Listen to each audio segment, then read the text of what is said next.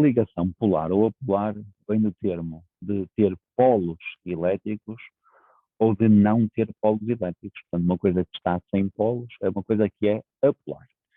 O que é que são os polos elétricos? Ora, os polos elétricos têm que ver com uma distribuição assimétrica da carga elétrica numa ligação química. Isto é, nós sabemos que a ligação covalente resulta da partilha de pares de eletrões.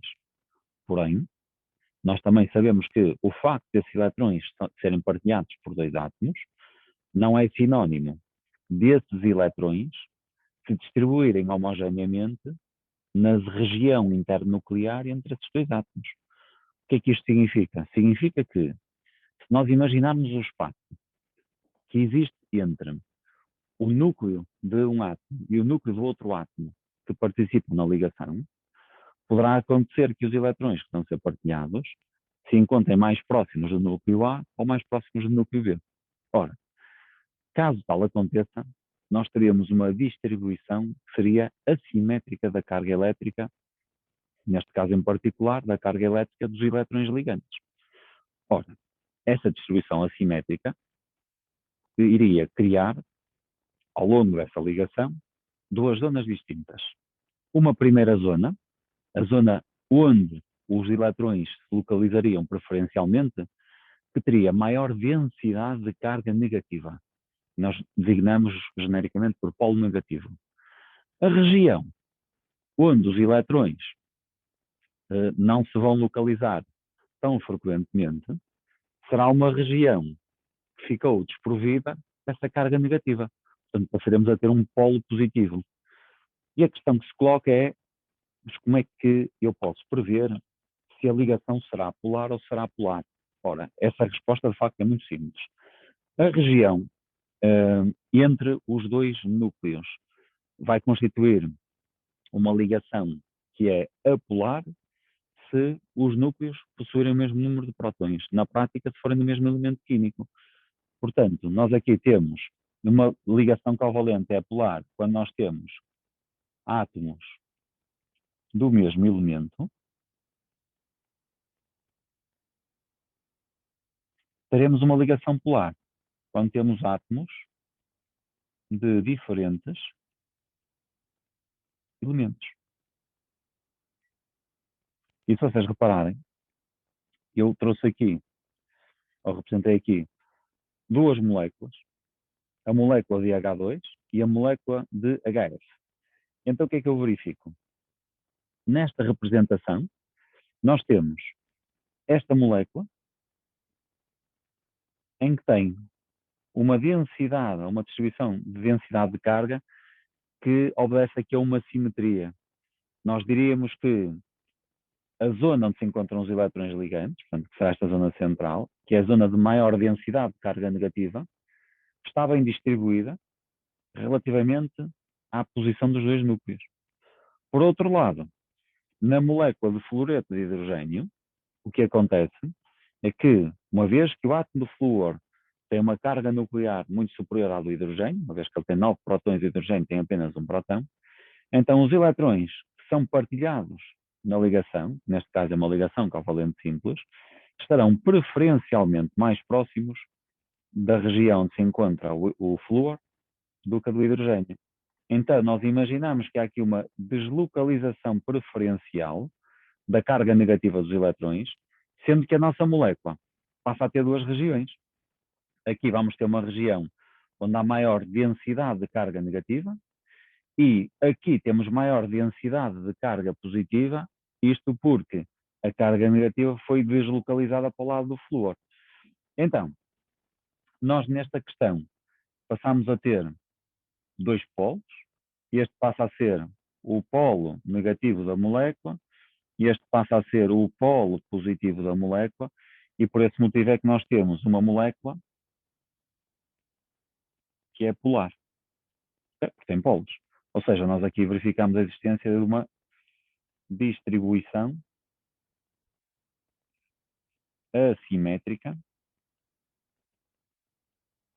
da carga elétrica.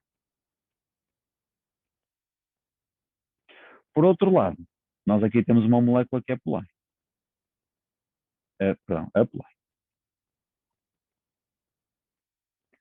Então, nós aqui temos uma molécula que é polar porque não se formam polos. Porquê é que não se formam polos? Pois então, os eletrões são atraídos da mesma forma para o átomo da esquerda ou para o átomo da direita. E, portanto, não há aqui nenhuma região onde eles se vão localizar preferencialmente, logo não se formam polos.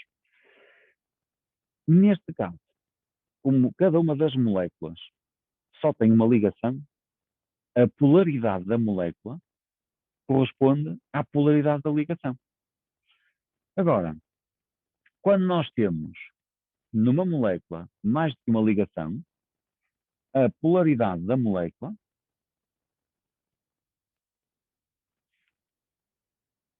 vai depender de duas coisas. Primeiro, da polaridade de cada ligação e vai depender ainda da geometria.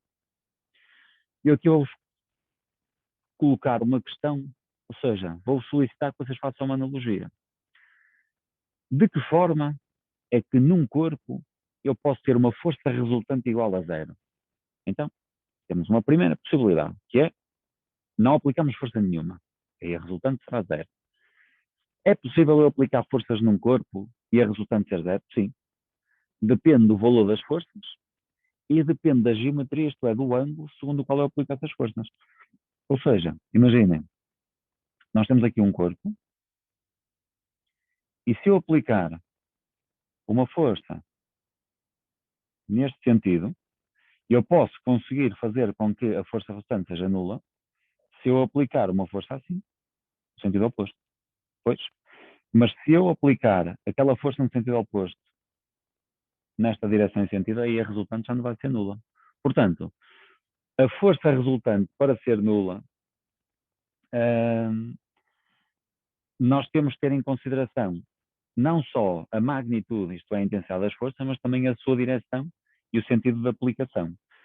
No caso de uma molécula, como cada molécula, tendo mais do que uma ligação, essas ligações poderão ter a sua polaridade, a polaridade da molécula é uma espécie de polaridade resultante de cada uma das ligações.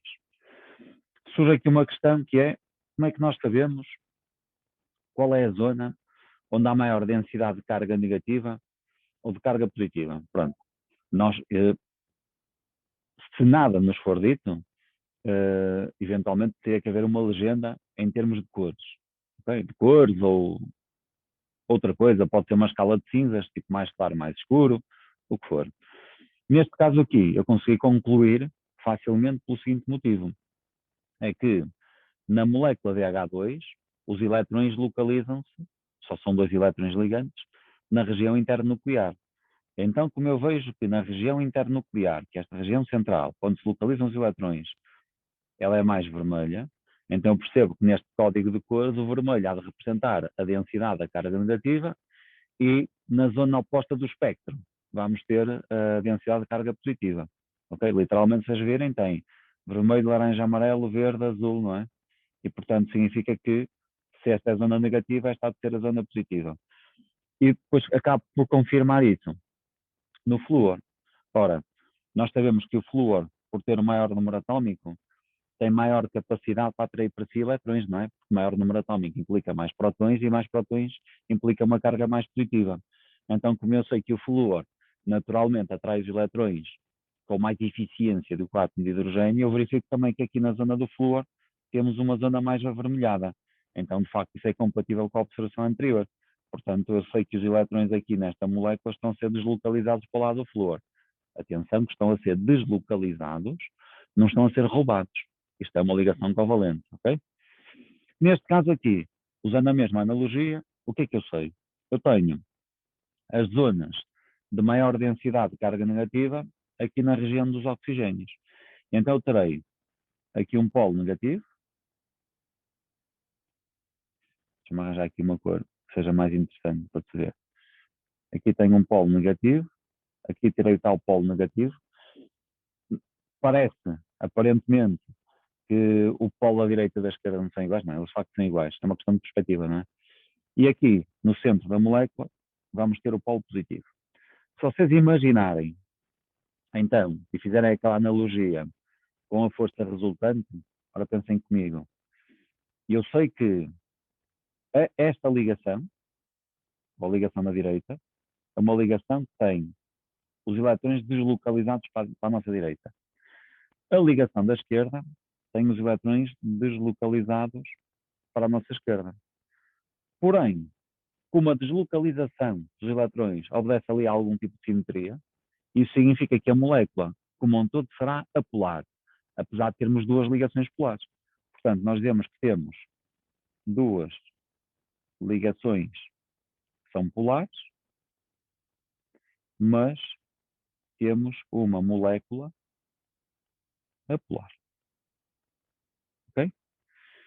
Vejam agora o que se passa entre esta molécula, que é a molécula de CH4, esta, ou esta molécula, que é o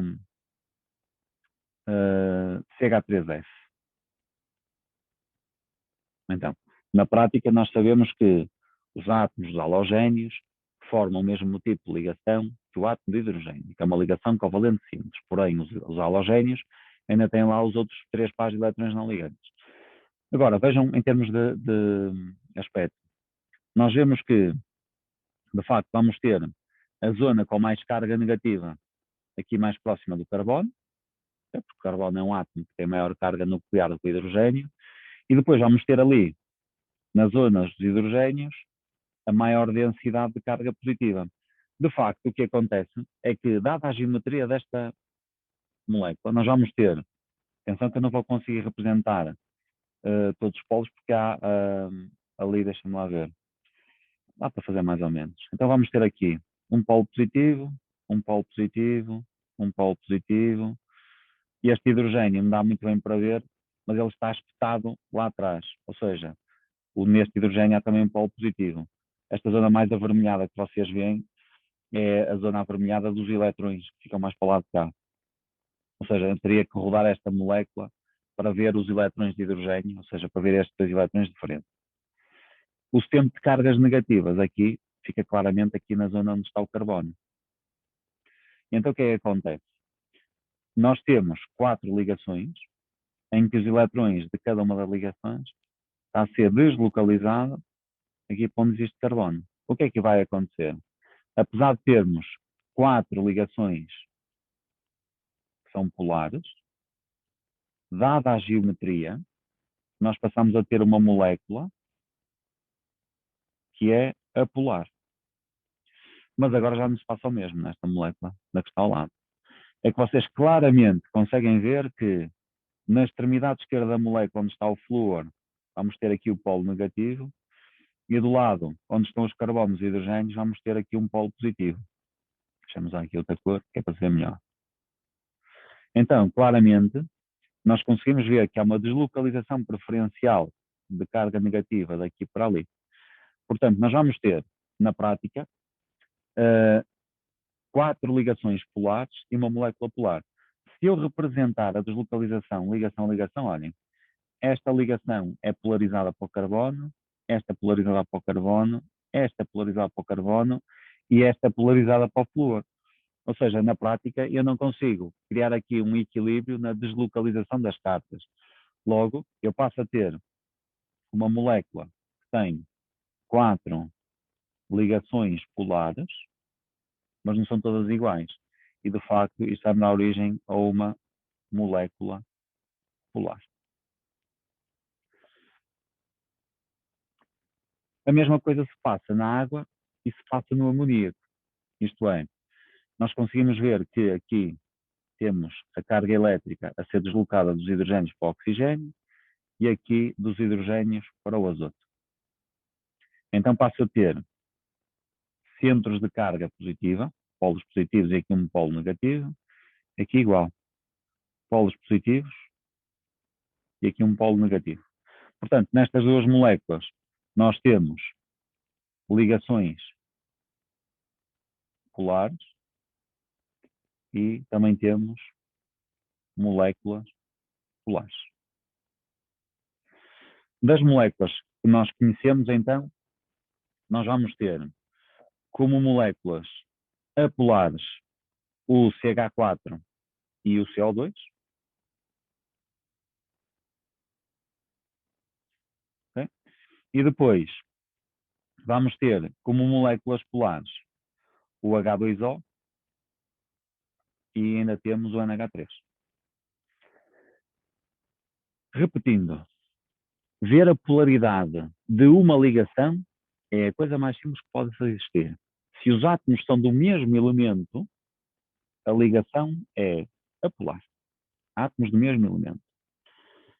Se forem átomos de elementos diferentes, então a ligação passa a ser uma ligação polar. Logo, aquelas moléculas de O2, N2, F2, H2, moléculas do mesmo elemento, ligação apolar.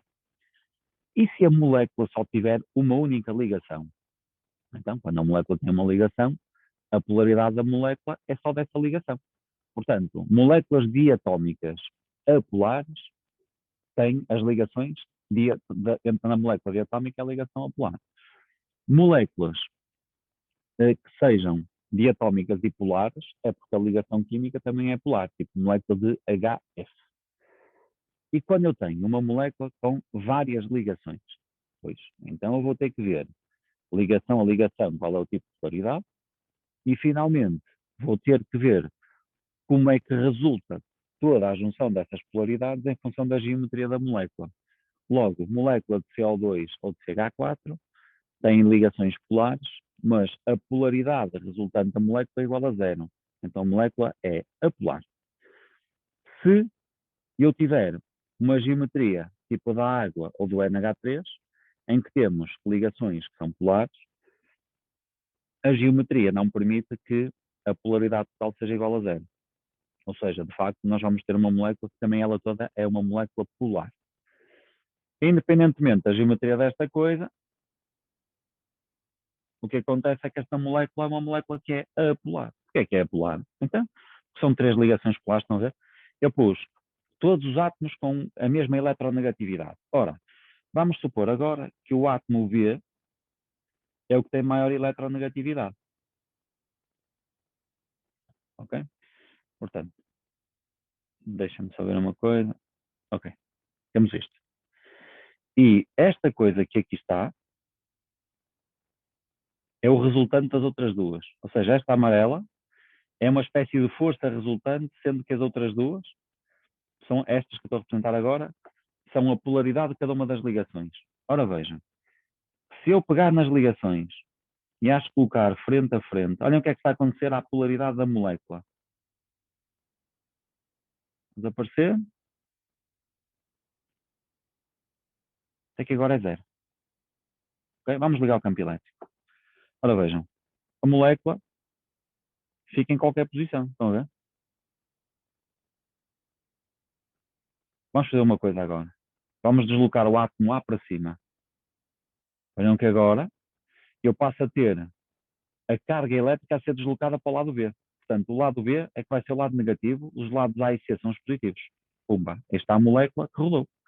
Ou seja, se eu colocar o C aqui para este lado, ele vai rodar, porque o C e o A têm carga positiva. Ok? Vou desligar o campo elétrico. Vou rodar isto tudo. Vou ligar o campo elétrico. Muito bem. Vou colocar este nesta posição. É ali um campo não nulo. Estão a ver? A rodar, rodar, rodar, rodar, rodar. E agora, puma, desliguei. Liguei. Desliguei. Portanto, aqui a questão é mais ou menos simples. Um, eu acho que já respondi a esta questão, que é um, o ângulo de ligação tem influência na polaridade? Com certeza que sim, não é? Na molécula de CO2, pelo ângulo de 180 graus, nós temos a molécula que é polar, da mesma forma que aqui, se eu puser aqui o ângulo de 180 graus, a molécula está, a molécula 180, ok, a molécula está a polar, mas se o ângulo já não for 180 graus, a molécula passa a ser polar. E por isso é que ela roda num campo elétrico. Okay? Ela é atraída. A parte negativa da molécula, que é o B, é a parte que é atraída para a placa positiva, e a parte positiva da molécula, que neste caso são os átomos da A e de C, são aqueles a quem foram, digamos, retirados os eletrões, deslocalizados os eletrões, sendo a parte positiva são atraídos para a placa negativa. Surge uma questão que é como é que nós sabemos qual é a carga, onde fica a carga negativa e a carga positiva sem a representação. Torna-se mais difícil, mas o único raciocínio possível é, entre os dois átomos que estão ligados, ver qual é o que tem maior número atómico e, de uma forma genérica, o que tem maior número atómico é o que tem maior carga positiva no núcleo, e se tem maior carga positiva no núcleo é aquele que atrai os eletrões com maior intensidade. E a consequência direta é que se atrai os eletrões com mais intensidade, ficará com um polo negativo, ou seja, os eletrões deslocalizam-se para esse átomo. As forças intermoleculares são forças entre moléculas, e nas forças intermoleculares nós dizemos que ocorrem sem partilha significativa de eletrões. Isto é por oposição às forças intramoleculares. As forças intramoleculares ou ligações intramoleculares são a covalente, a iónica e a metálica, e já a partilha de eletrões, como vocês sabem, não é? Nas intermoleculares, isso não acontece, há apenas a atração eletrostática. E então, nas forças intermoleculares, por ordem de crescente intensidade, nós temos as ligações de hidrogênio, depois temos a ligação, que é conhecida como dipolo permanente, nós resumidamente pomos dipolo, dipolo. Depois temos a ligação, que é dipolo permanente, dipolo induzido, e ainda temos as ligações dipolo instantâneo e dipolo induzido. Estas últimas também são conhecidas como as forças de London, e o último conjunto de três são conhecidas como as forças de Van der Waals.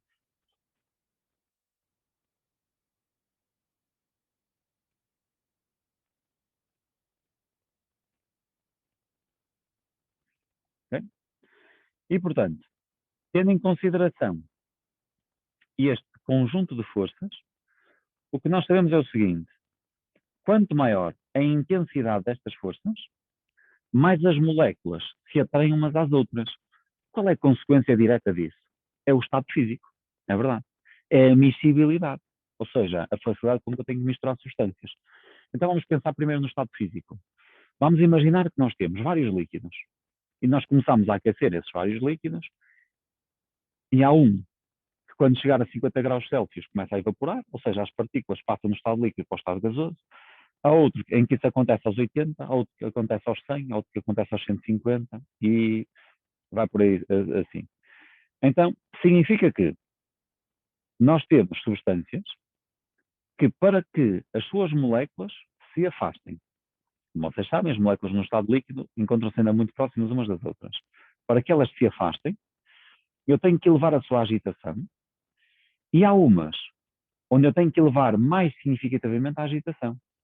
Ou seja, nós temos moléculas onde temos que elevar muito a temperatura, ou seja, temos que aumentar muito a sua energia cinética, ou seja, tenho que as agitar. Qual é a consequência direta disso? Bem, nós sabemos que se é necessário elevar mais a temperatura para que as partículas se afastem, então significa que as partículas deverão estar ligadas umas às outras com mais intensidade.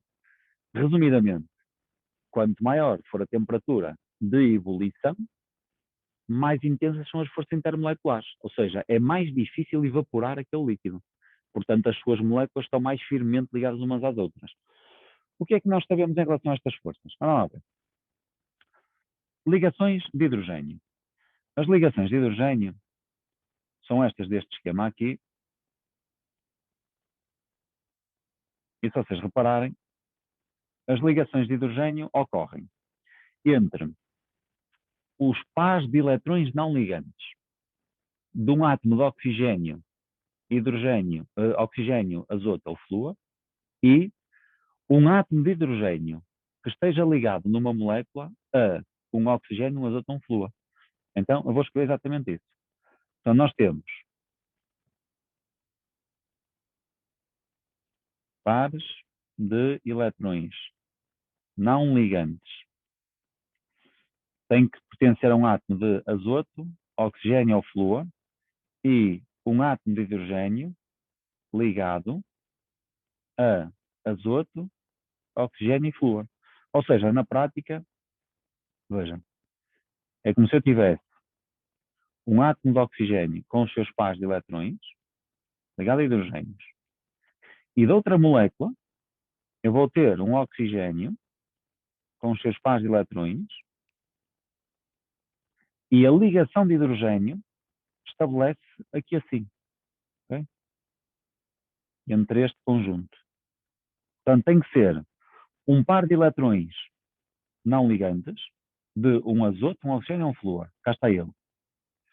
E um átomo de hidrogênio ligado a um azoto, um oxigênio e um flúor. Cá está ele. Temos isto. Isto é corresponderá a uma ligação de hidrogênio. As ligações de hidrogênio das forças intermoleculares são aquelas que reconhecidamente são as mais intensas. Depois, temos as ligações de dipolo-dipolo. Portanto, significa que nós vamos ter que ter moléculas polares. Okay? E o que é que acontece? O polo positivo de uma molécula, neste caso é representado pelo hidrogênio, é atraído pelo polo negativo de outra molécula, que neste caso é ali o cloro.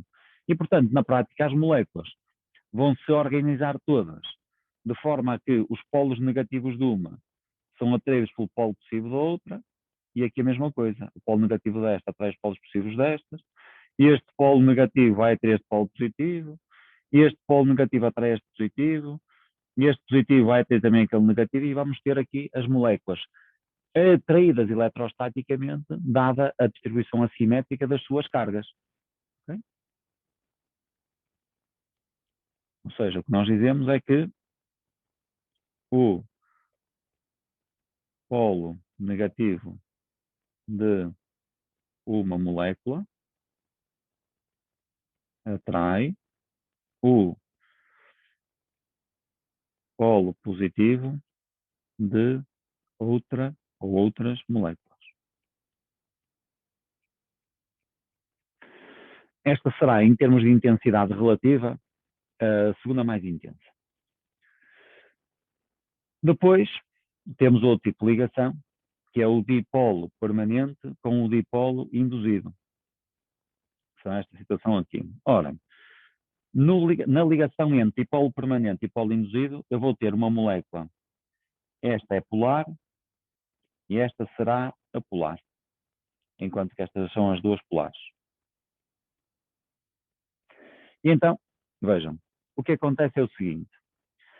Quando uma molécula, que é uma molécula apolar, se aproxima de uma molécula polar, essa molécula apolar vai ser polarizada. Vamos induzir um dipolo. O que é essa história de polarizado? Vamos pensar. Se nós temos a molécula de oxigênio, eu vou representá-la assim aqui, okay? Distribuição simétrica de carga. Se eu aproximar uma molécula de água, ora, a molécula de água é uma molécula que tem mais eletrões na zona do oxigênio. Portanto, aqui é o polo negativo da molécula da água e será o polo positivo. Como este polo negativo vai repelir os eletrões deste lado da molécula, literalmente estes eletrões vão ser empurrados para o outro lado da molécula. Então o que é que vai acontecer ao oxigênio? O oxigênio vai ser polarizado, mas não é espontaneamente.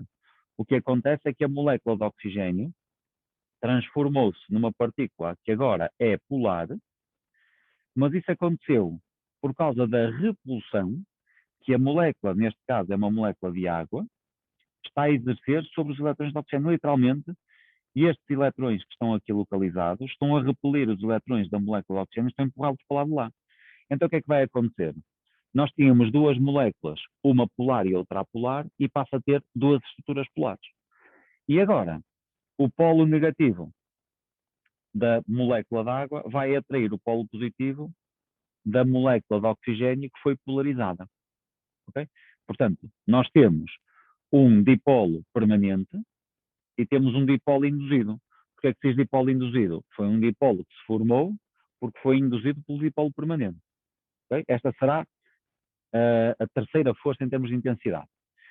E, finalmente, quando temos só moléculas apolares, chama-se o dipolo instantâneo e dipolo induzido. Okay? Também são as forças de London, e há aqui uma particularidade. É o seguinte, as forças de London existem em todas as moléculas. Vocês vão ver que as forças de London resultam do facto de que os eletrões, dada a sua distribuição estatística na molécula, eles estão em movimento. E o que acontece é que ocorre, por vezes, uma distribuição assimétrica desses eletrões. Imagina agora os eletrões. Os eletrões estão-se a mover na nuvem orbital. E, dado esse movimento, poderá acontecer que, num dado instante, de uma forma meramente aleatória, um grupo de eletrões se localize preferencialmente numa região da molécula. E então, segue a história. Nós temos então a nossa molécula, e a nossa molécula é uma molécula apolar. Cá está ela, apolar. Uma distribuição simétrica da carga elétrica. Vamos supor que numa dessas moléculas, devido ao movimento aleatório dos eletrões, o que é que aconteceu? Numa dada altura, num dado instante, daí o instantâneo, nós temos que os eletrões aleatoriamente se localizaram ali. Vamos supor que estas moléculas, esta da direita não estava cá. Rapidamente, os eletrões aqui localizados iam se repelir e voltavam-se a distribuir homogeneamente por todo o espaço. Okay? Isto é o que acontece quando nós estamos num determinado jogo, de vez em quando o pessoal está mal distribuído. Mas rapidamente paramos e, ok, vamos ocupar a área de jogo, vamos nos afastar uns dos outros. Pronto. Neste caso em particular, isso já não vai acontecer. Sabem porquê? Porque este polo negativo vai fazer nesta molécula o mesmo que a molécula de água fez na do oxigênio. É que este polo negativo vai repelir os eletrões desta região e estes eletrões vão ser empurrados para o lado de lá. Então vou ficar aqui também agora com um polo positivo e com um polo negativo. E cá está o que acontece. Quando isso acontecer, então, as moléculas têm dificuldade em regressar à posição anterior, porque agora nós temos estes eletrões que já estão aqui, mas já não é de forma aleatória. Eles estão aqui porque esta molécula tem aqui uma zona de carga positiva que atrai estes eletrões. E estes estão aqui também não é por algum motivo. Eles estão aqui porque nesta região estão os eletrões mais acumulados que repelem aqueles eletrões que os obrigam a lá estar. E, portanto, numa das moléculas formou-se, num dado instante, um dipolo, e esse dipolo induziu na outra a formação de um dipolo, daí o de instantâneo e o induzido. Estas ligações são próprias de todas as moléculas, polares e apolares. E isto de vez em quando causa confusão. Isso acontece porquê? Porque a polaridade ou a polarização da nuvem orbital pode acontecer em qualquer molécula. Pensem comigo. Todas as orbitais têm eletrões, em todas as orbitais há movimento de eletrões, logo em todas as orbitais poderá acontecer, num dado instante, dado esse movimento aleatório, uma polarização instantânea de uma nuvem. É claro que nas moléculas apolares só existem ligações de London. Vou repetir, nas apolares só há ligações de London. Nas outras moléculas, além das ligações de London, há os outros tipos de ligações. Por exemplo, nas moléculas de HCl, aqui, além da ligação dipolo-dipolo, ou seja, dipolo permanente e dipolo permanente, também há ligações de London. Entre moléculas de água, além das ligações de hidrogênio, também há ligações de London. Não há dúvida nenhuma. Mas, se por exemplo eu tiver aqui moléculas de H2, são moléculas apolares, há ligações de London, mas não há mais nada. Okay?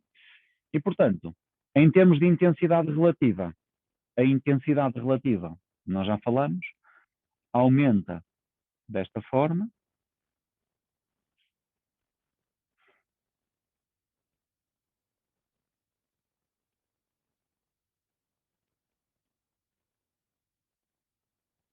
E o que nós sabemos é que quanto maior é a intensidade destas forças, maior será o ponto de ebulição, isto é, maior é a temperatura necessária para que as partículas se agitem o suficiente para romperem estas forças entre moléculas e para que as moléculas, ao se libertarem umas das outras, passem do estado líquido para o estado gasoso.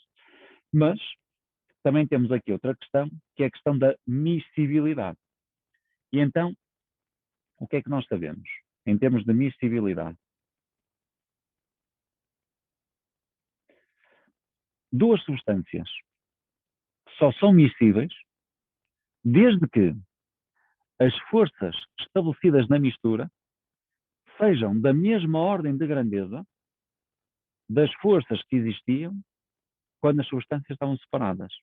Ou seja, se na mistura de duas substâncias as forças sofrerem uma diminuição da intensidade, então as substâncias não se misturam, elas regressam para junto das moléculas do mesmo tipo.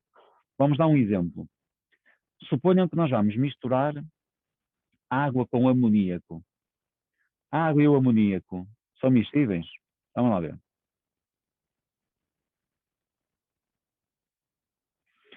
Nas moléculas de água, que tipo de forças é que existem? Temos as forças de London, a molécula de água é polar. Muito bem. Então temos as forças de dipolo permanente, e ainda vamos ter as ligações de hidrogênio, que são as que predominam. Por outro lado, no amoníaco,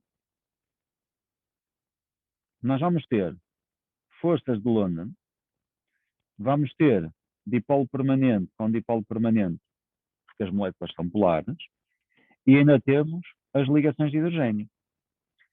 E na mistura das duas, ou seja, se eu tiver uma mistura entre moléculas de água e moléculas de amoníaco, vamos lá ver. Forças de London há sempre.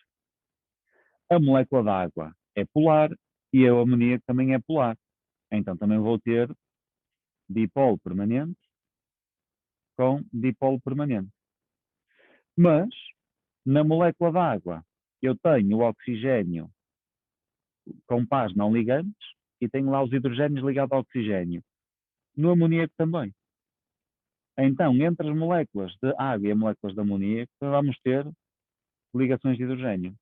Então, significa que as forças que se estabelecem entre moléculas de água e amoníaco são do mesmo tipo que existem só entre as moléculas de água ou só entre as moléculas de amoníaco. Logo, significa que estas duas substâncias são miscíveis, misturam-se. Vamos dar outro exemplo. Vamos supor que eu agora tenho água e tenho hexano. O hexano é o C6H14. É um líquido e é apolar. Ficam com esta informação. E então, em termos de forças, eu vou ter para a água parada. Então tenho forças de London, tenho as forças de dipolo permanente, porque a água é uma molécula polar, e ainda tenho as ligações de hidrogênio, uma vez que na água há um átomo de hidrogênio ligado a um oxigênio que por seu lado tem um par de eletrões não ligantes. De facto tem dois, mas tem pelo menos um. Nesta molécula que é polar, só existem as forças de London. Ora, se eu misturar as duas coisas,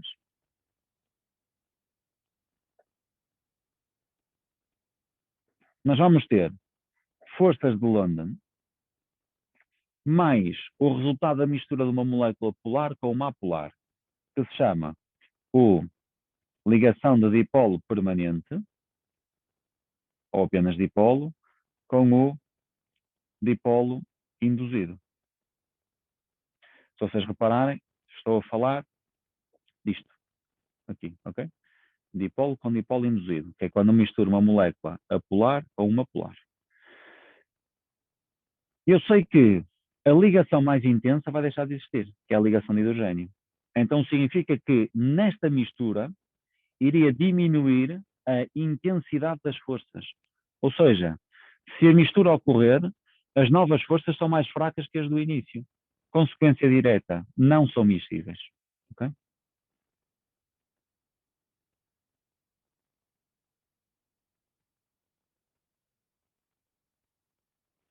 Logo, resumidamente, são as forças intermoleculares que determinam várias propriedades das substâncias, nomeadamente a temperatura à qual a substância evapora e o facto de ela se misturar ou não com outras substâncias. As substâncias só se misturam desde que as novas forças intermoleculares que surjam não sejam menos intensas, assim como as substâncias evaporam tão mais facilmente quanto menor for a intensidade das forças intermoleculares.